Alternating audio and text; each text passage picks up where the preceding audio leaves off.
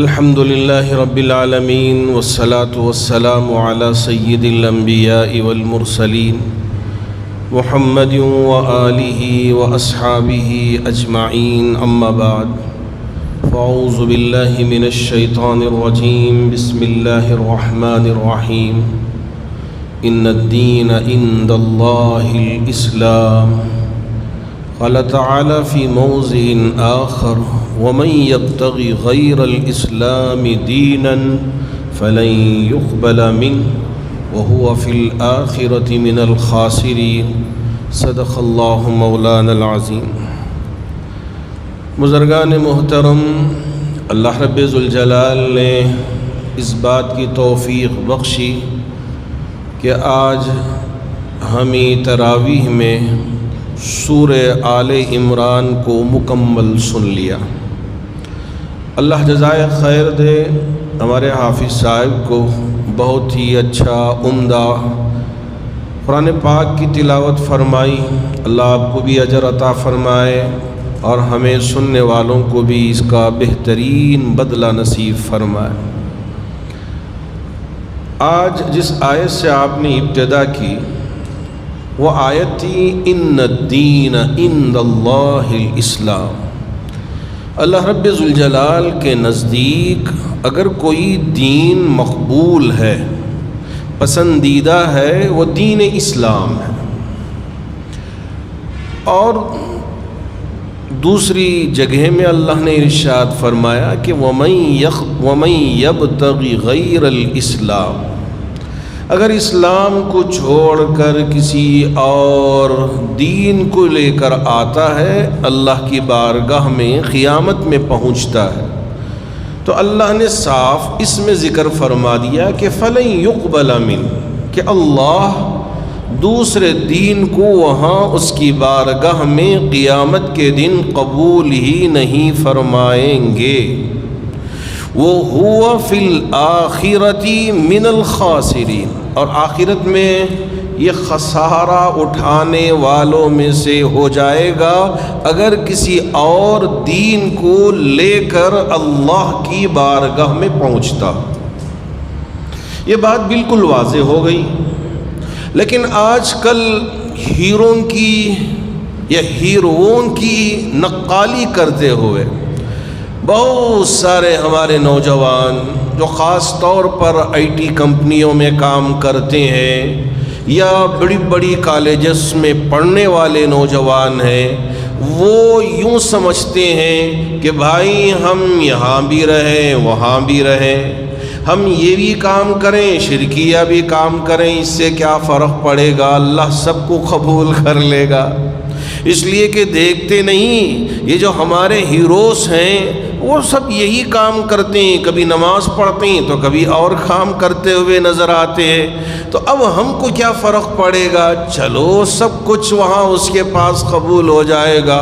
کہ یہ ملا گارنٹیڈ دیتے ہیں کہ ان کے پاس جنت کی سرٹیفکیٹ ہے، یہ بانٹتے پھر رہے ہیں، اب ہم جانے اللہ جانے، اس لیے اب ہم یہ بھی کام کرتے ہیں وہ بھی کام کرتے ہیں، یہ بھی عمل کر لیتے ہیں وہ بھی عمل کر لیتے ہیں۔ ہمارے نوجوان دیکھا دیکھی ان کے پیچھے چلتے ہوئے وہ بھی اس طرح کی حرکتیں کر بیٹھتے ہیں۔ میں بالکل صریح انداز میں آپ کے سامنے یہ بات وضاحت کے ساتھ بیان کر دینا ضروری سمجھ رہا ہوں تاکہ قیامت کے دن ہم سے یہ نہ سوال کر لینا کہ اگر آپ ہم کو صحیح پیغام پہنچا دیتے، قرآن کی بات ہم تک پہنچا دیتے، ہم سمجھ لیتے، ہم بھی اس پر عمل کرنے والے بن جاتے، ہم شرک کرنے والے نہیں ہوتے، اللہ کا کسی اور کو شریک نہیں ٹھہراتے، لیکن ہمیں پتہ نہیں تھا، ہم نے سوچا کہ یہ بھی چلے گا وہ بھی چلے گا، جائیں گے وہاں پتہ چل جائے گا، اس لیے ہم نے یہ کر لیا۔ بات شاید میری سمجھ میں آ گئی ہو کہ میں کہنا کیا چاہتا ہوں۔ میرا مقصد کیا ہے بالکل واضح طور پر آپ کو سمجھ میں آ گیا ہوگا۔ میں یہ بالکل اس لیے وضاحت کے ساتھ کہہ رہا ہوں تاکہ ہماری یہ بات دوسروں تک ضرور پہنچے گی، اور اگر وہ ان باتوں کو سن کر اس سے باز آ جائیں، بچ جائیں، یہی ہمارے لیے آخرت کا ذخیرہ ہے اور آخرت کی پونجی ہے، اس کے علاوہ کوئی اور مقصد نہیں ہے۔ اللہ رب ذوالجلال نے اسی لیے فرمایا کہ یوم تبیض وجوہ وتسود وجوہ، قیامت کے دن بعض چہرے چمک رہے ہوں گے اور بعض چہرے سیاہ پڑ گئے ہوں گے۔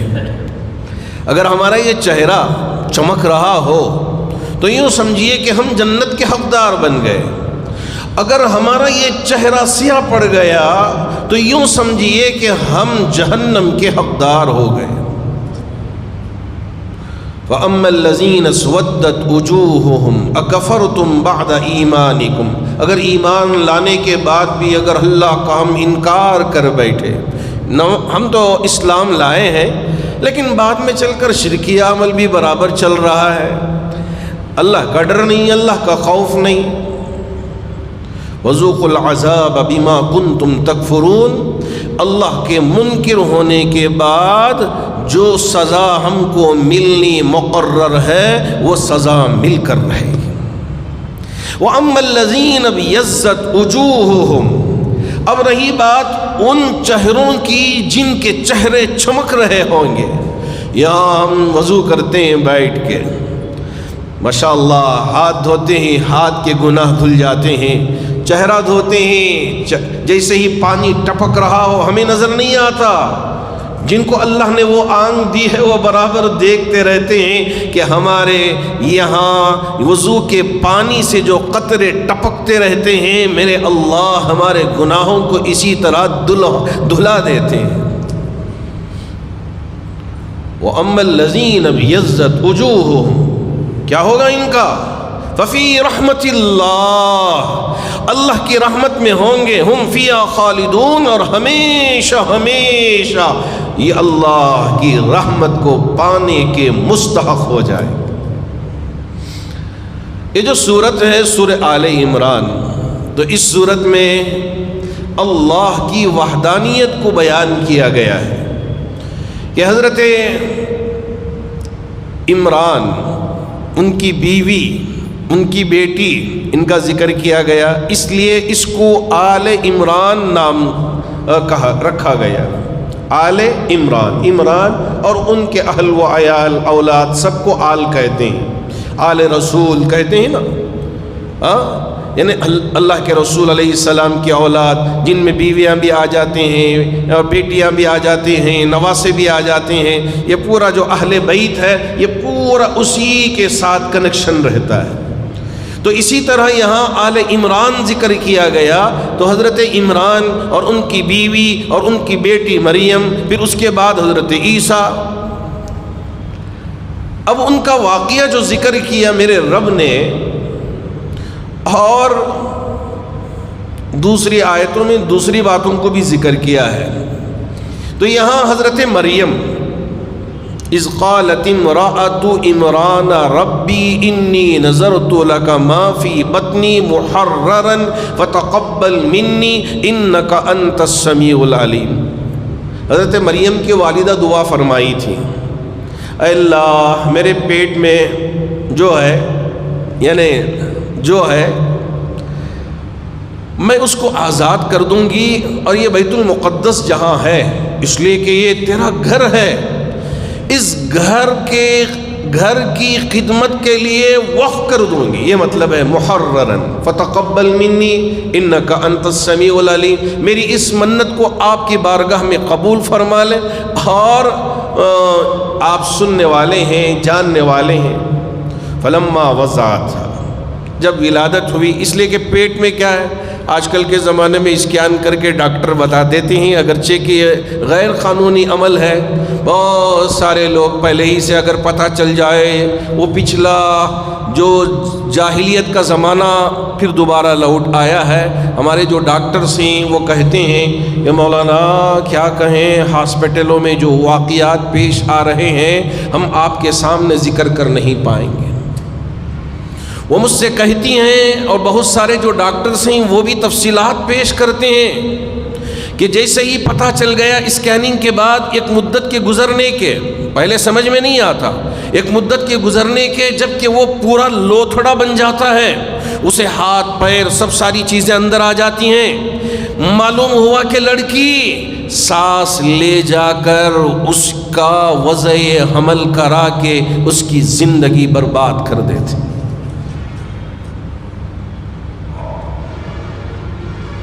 حرام ہے، میرے نبی نے اس کو ختم کروایا تھا، لیکن آج ہمارے ہی لوگ اس بدترین عمل میں مبتلا ہوتے ہوئے نظر آ رہے ہیں۔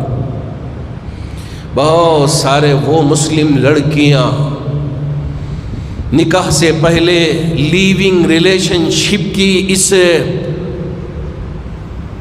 بلا میں مبتلا ہو کر حمل ٹھہر جانے کے بعد جب پتہ چل گیا، کب 4 مہینوں میں 3.5 مہینوں میں پتہ چلا، اب یہ جا کر اس لیے کہ شادی کے بغیر اولاد ہو گئی، اس لیے کہ تو یہ مریم تو نہیں ہے کہ مریم کو کسی مرد نے ہاتھ نہیں لگایا، اللہ نے اولاد دے دیا، اب یہاں یہ مریم نہیں ہے، اب پول کھل جائے گی، اس وجہ سے جا کر زیادہ پیسے دے کر ڈاکٹرز کے ذریعے، ڈاکٹرنیوں کے ذریعے وضع حمل کی بہت ساری واردات پیش آ رہی ہے۔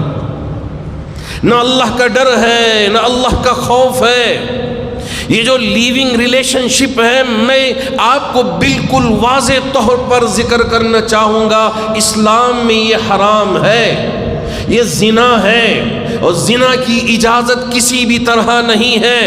نہ لڑکا لڑکے کے ساتھ اس طرح کا تعلق رکھ پائے گا، نہ لڑکی لڑکی کے ساتھ غلط طریقے کا تعلق قائم کر پائے گی، اسلام میں اس کی اجازت نہیں ہے۔ اب یہاں پیدا ہوئی تو فلما وضعتها قالت رب انی وضعتها انثى، کہنے لگی مجھے تو پتہ نہیں، اس لیے کہ میرے پاس یعنی اسکیننگ نہیں تھی کہ میں معلوم کر لوں کہ لڑکا ہے۔ اب وہاں اس وقت بیت المقدس کی صفائی کے لیے صرف لڑکوں کو ہی طے کیا جانا ضروری تھا، عورتیں اندر داخل نہیں ہو سکتی تھی۔ قالت رب انی وضعتها انثى، بہت افسردگی کے ساتھ کہنے لگی لڑکی پیدا ہو گئی، اس لیے کہ اگر لڑکا ہوتا تو میری منت پوری ہو جاتی۔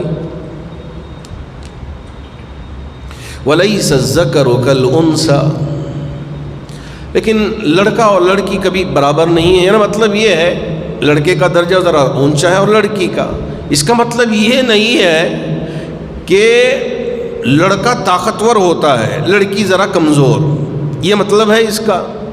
بہت ساری ایسی چیزیں ہیں جہاں آج ان چیزوں کو رکھ کر یہ بتانا چاہتے ہیں کہ دیکھو اسلام میں مرد اور عورت کو ایک درجہ نہیں دیا گیا، یہاں عورتوں کے حقوق پامال ہوتے ہیں، عورتوں کے حقوق چھینے جاتے ہیں، اور ان کو کم حصہ دے کے ان کی زندگیاں برباد کیا جا رہا ہے۔ اسلام میں یہ سب سے بڑی کمزوری ہے۔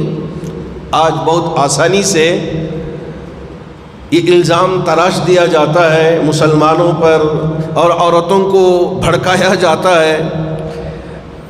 اگر باپ اپنی حیات میں اپنی بیٹی کو مرد سے بھی یعنی بیٹے سے بھی زیادہ حصہ دینا چاہے دے سکتا ہے۔ اچھا، ارے وَلَيْسَ الذَّكَرُ كَالْأُنثَى، لڑکا اور لڑکی ایک طرح تو نہیں ہے؟ ہاں بالکل ایک طرح نہیں ہے، اس کا جسم الگ ہے، اس کا جسم الگ ہے، اس کی بناوٹ الگ ہے، اس کی بناوٹ الگ ہے۔ اب دونوں کو بھی ایک ہی طرح آپ کہہ دیں، یہ کیسے ممکن ہے؟ کچھ اصول اللہ کی طرف سے ہیں کہ اس کے لیے الگ حالت، اس کے لیے الگ حالت۔ اب مرد یہ سوچے کہ بھئی یہ عورت بچے کو پیدا کر کے کیوں اتنی تکلیف اٹھائے، چلیے میں ہی وہ کام کر دیتا ہوں۔ تو وَلَيْسَ الذَّكَرُ كَالْأُنثَى، اب حیات ہی میں باپ لڑکے سے بھی زیادہ حصہ دینا چاہے اپنی بیٹی کو، کیا دے سکتا ہے؟ بالکل دے سکتا ہے، اس میں کوئی حرج نہیں ہے، باپ اپنی ملکیت کا مالک ہے۔ اب شادی، پھر اس کے بعد اس کی پوری ذمہ داری باپ پر آتی ہے، لڑکی کی بھی. لڑکے کی تو جیسے ہی وہ بالغ ہوا آزاد ہوگا ماشاءاللہ، لیکن لڑکی جب تک کہ وہ اپنی امانت کے پاس نہ پہنچے، مطلب شوہر کے پاس نہ پہنچے، اس وقت تک اس کا پورا خرچ، دیکھ بھال اور ساری چیزوں کی ذمہ داری باپ پر عائد ہوتی ہے. اگر باپ نہ ہو تو بھائی پر عائد ہوتی ہے. اسلام نے جو اصول طے کیے ہیں یہ بالکل فطرت انسان کے مطابق. یہ اگر سمجھ میں نہیں آیا، جیسا میں نے کل کہا تھا نا، طلاق دینے کا اللہ نے بہت بہترین طریقہ بتایا ہے قرآن میں. لوگ اس پر عمل نہیں کرتے، ایک ہی وقت میں 3 طلاق پکار کے غلط استعمال کرنا شروع کر دیا، اور لوگ اسلام کو بدنام کرنا شروع کر دیے کہ دیکھو اسلام میں عورتوں کے حقوق پامال ہو رہے ہیں.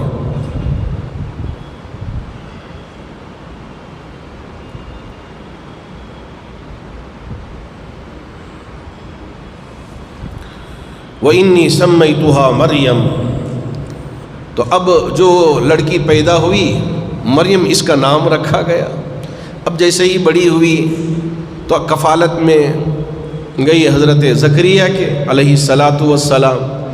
تو اب سوچنے لگے کہ اس وقت بیت المقدس میں عورتوں کے لیے داخلہ ممنوع تھا، لیکن صحن میں رہنے کی گنجائش تھی.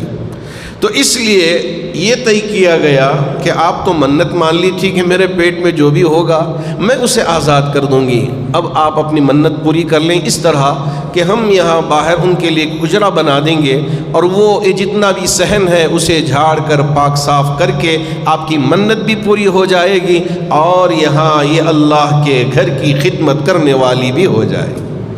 اب یہ ہوا تو اب مریم ان کا جو حجرہ بنا ہوا تھا وہاں بیٹھتی، عبادت کرتی. اللہ رب ذوالجلال اپنے فرشتوں کے ذریعے ان کو بالکل جنت سے میوے جات بھیج دیتے تھے، پھل پھلاریاں، فروٹ. اب حضرت زکریا علیہ السلام آئے، دیکھنے لگے ارے اب تو یہ موسم نہیں ہے، آج کل کا زمانہ تو بالکل الگ ہے. اگر سیب بھی ہم اس موسم میں لینا چاہیں مل جائے گا، جو بے موسم پھل ہیں جو بھی جس زمانے میں بھی آپ جس مہینے میں بھی لینا چاہیں آپ کے لیے دستیاب ہیں، اویلیبل ہے. لیکن وہ زمانہ بالکل جو موسمی پھل ہوتا تھا وہی اس زمانے میں پھل آتا تھا. لیکن آج کل جو انجیکشن دے دے دے کے وہ کیا کیا لے کے آ رہے ہیں، مجھ سے زیادہ آپ اس سے باخبر ہیں، میں شاید ان چیزوں میں بڑا کمزور ہوں. اللہ رب ذوالجلال حضرت مریم کے لیے جو فرشتوں کے ذریعے پہنچاتے تھے، تو حضرت مریم کے پاس دیکھ کر زکریا علیہ السلام نے پوچھا، مریم بیٹی یہ پھل کہاں سے آ گئے، موسم تو نہیں ہے. حضرت مریم نے فرمایا اللہ کے طرف سے مجھے یہ بھیجے گئے ہیں. تو اس وقت ان کو یہ احساس ہوا ارے بن موسم پھل دے سکتا ہے، اب یہ بڑھاپے میں میرے لیے اولاد کیوں نہ ملے، اس وقت بھی میرے لیے اولاد کا ملنا ممکن ہے، میرا اللہ دے سکتا ہے. جیسے ہی یہ خیال آیا تو محراب کا مطلب یہ ہے کہ جہاں کھڑے ہو کے نماز پڑھتے ہیں، عبادت کرتے ہیں، وہاں پہنچ گئے، مصلی بچھا کے ہنالک دعا زکریا ربا، حضرت زکریا نے اللہ کو پکارنا شروع کر دیا. قال رب هب لي من لدنك ذرية طيبة انك سميع الدعاء. یہ دعا دیکھ لیں، نوٹ کر لیں، رب هب لي من لدنك ذرية طيبة، اے اللہ میرے لیے عطا فرما دیجئے ایک ایسی اولاد جو پاکیزہ ہو. یقیناً آپ ہماری اس پکار کو سننے والے ہیں اور ہماری دعا کو قبول کرنے والے ہیں. جو بے اولاد ہیں وہ سوچتے ہیں ارے ڈاکٹرنی کہہ رہی ہے آج کل بہت ساری چیزیں آ گئی ہیں، وہ انجیکشن کے ذریعے کسی اور کا نطفہ ہمارے اندر، ہماری گھر والی کے اندر ڈال دے، اب وہ وہاں سے بچہ ہو، اور پھر وہ کس طرح کیا، بہت ساری چیزیں آ گئی، اللہ کی ذات پہ بھروسہ نہیں۔ کسی اور کا نکال کے یہاں انجیکشن کے ذریعے انجیکٹ کر دیں، پھر اس کے بعد ہم سے آ کے پوچھیں حضرت یہ ہو رہا ہے، کیا جائز ہے حضرت؟ اللہ اکبر، اللہ اکبر، کیا ہم کہیں؟ ہمارے پاس تو اس کا کوئی جواب نہیں ہے، یہ تو ناجائز چیز ہے، ناجائز چیز کو ہم یہ آ کے ایسا پوچھتے ہیں کہ ہم جائز کا فتویٰ دے دیں۔ اس بڑھاپے میں جبکہ ان کو اولاد نہیں تھی، پکارا اللہ کو، اور اللہ نے خوشخبری بھی دے دی، فنادته الملائکۃ وهو قائم یصلی فی المحراب، فرشتہ آواز دینے لگا، کب؟ جبکہ یہ محراب میں کھڑے ہو کے نماز میں اپنے آپ کو مصروف رکھا تھا، میرے رب نے فرشتے کو اس وقت جا کے آواز دے کے ان کو خوشخبری سنا دی، ان اللہ یبشرک بیحییٰ مصدقا بکلمۃ من اللہ، کہ ہم آپ کو خوشخبری سنانے کے لیے آئے۔ کون سنا رہا ہے؟ فرشتہ اللہ کا، کہ آپ کو لڑکا ہوگا اور اس لڑکے کا نام یحییٰ ہوگا، نام بھی اللہ نے آسمان سے بھیج دیا، یحییٰ ہوگا۔ ہاں، اگر ہم اللہ کی ذات پہ بھروسہ رکھیں گے، اللہ ہماری سنے گا، اللہ ہماری مراد پوری کرے گا۔ اگر ہم اللہ پہ بھروسہ نہ رکھیں، اب یہاں وہاں جا کے منہ مارتے رہیں، سر جھکاتے رہیں، اور اللہ کی ذات سے ہمارا یقین دلمل ہو جائے، ہل جائے، تو ہم سے زیادہ کمزور کوئی اور ایمان والا ہو نہیں سکتا۔ یاد رکھیں، ہمارا بھروسہ اللہ کی ذات پہ ہونا چاہیے۔ یہ ایوی، یہ بیوی، جو بھی ہے، یہ ساری چیزیں، ہاں، اس کے لیے مسائل لکھے گئے ہیں، حضرات علماء نے، مفتیان اکرام نے ساری وضاحت کے ساتھ ان ساری چیزوں کو مسئلے لکھے گئے ہیں۔ اگر آپ اس پہ عمل کرتے ہیں تو ٹھیک ہے، لیکن آج پیسوں کے لیے، خوب موٹی موٹی رقم لینے کے لیے ساری چیزیں یہاں اس وقت بازار میں چل رہی ہیں، اور ہمارے نوجوان سوچتے ہیں چلو جیسے تیسے، اب یہ کہاں تانے سنیں، بیوی بھی پریشان، شوہر بھی پریشان، اس لیے کہ ساس بھی تانے مار رہی ہے، سسرا بھی تانے مار رہا ہے، اب وہ دیورانی بھی تانے مار رہی ہیں، جو بھی عمل ہو کر لیں، چلے گا، کسے پتہ چلے گا؟ کوئی دیکھ رہا ہو نہ دیکھ رہا ہو، اللہ دیکھ رہا ہے۔ اگر اللہ نے اولاد کی دولت سے مالا مال فرمایا، اس سے بڑی دولت کوئی اور نہیں ہے۔ اولاد صالح بہت بڑی دولت ہے، تو اس لیے میری آپ سے گزارش ہے کہ آپ ان قرآن کی آیتوں کو پڑھیں، سمجھیں، اور اللہ پر یقین رکھیں کہ جو مریم کے لیے بن موسم پھل دے سکتا ہے، وہ اللہ جو بڑھاپے میں حضرت زکریا کے لیے، جبکہ کوئی وہاں تصویر نہیں، صورت نہیں، اولاد عطا کر سکتا ہے، کیا ہماری پکار نہیں سنے گا؟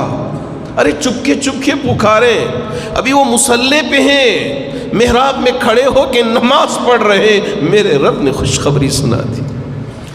اللہ کرے کہ یہ یقین ہمارے دل میں بھی پیدا ہو۔ جب سارے راستے بند ہو جاتے ہیں، میرا یقین ہے، میرا تجربہ ہے کہ جب کوئی راستہ نظر نہیں آتا، جب ہم اللہ کو پکارتے ہیں کہ میرے اللہ، یہ پورے راستے اس وقت بند ہوئے نظر آ رہے ہیں، بزنس بھی ٹھپ ہے، گھر میں بھی تانے ہیں، اور ساری چیزیں ایسا لگ رہا ہے کہ دنیا اب میرے لیے بند ہو چکی ہے، اللہ کیسا راستہ کھولتے ہیں مجھے پتہ نہیں، اللہ ہی کو معلوم۔ اس لیے ہمیں چاہیے کہ اللہ کی ذات پہ ہم بھروسہ رکھیں. اللہ کرے کہ اللہ ہمیں قرآن سمجھنے اور اللہ پہ بھروسہ رکھنے کی طاقت و توفیق عطا فرمائے.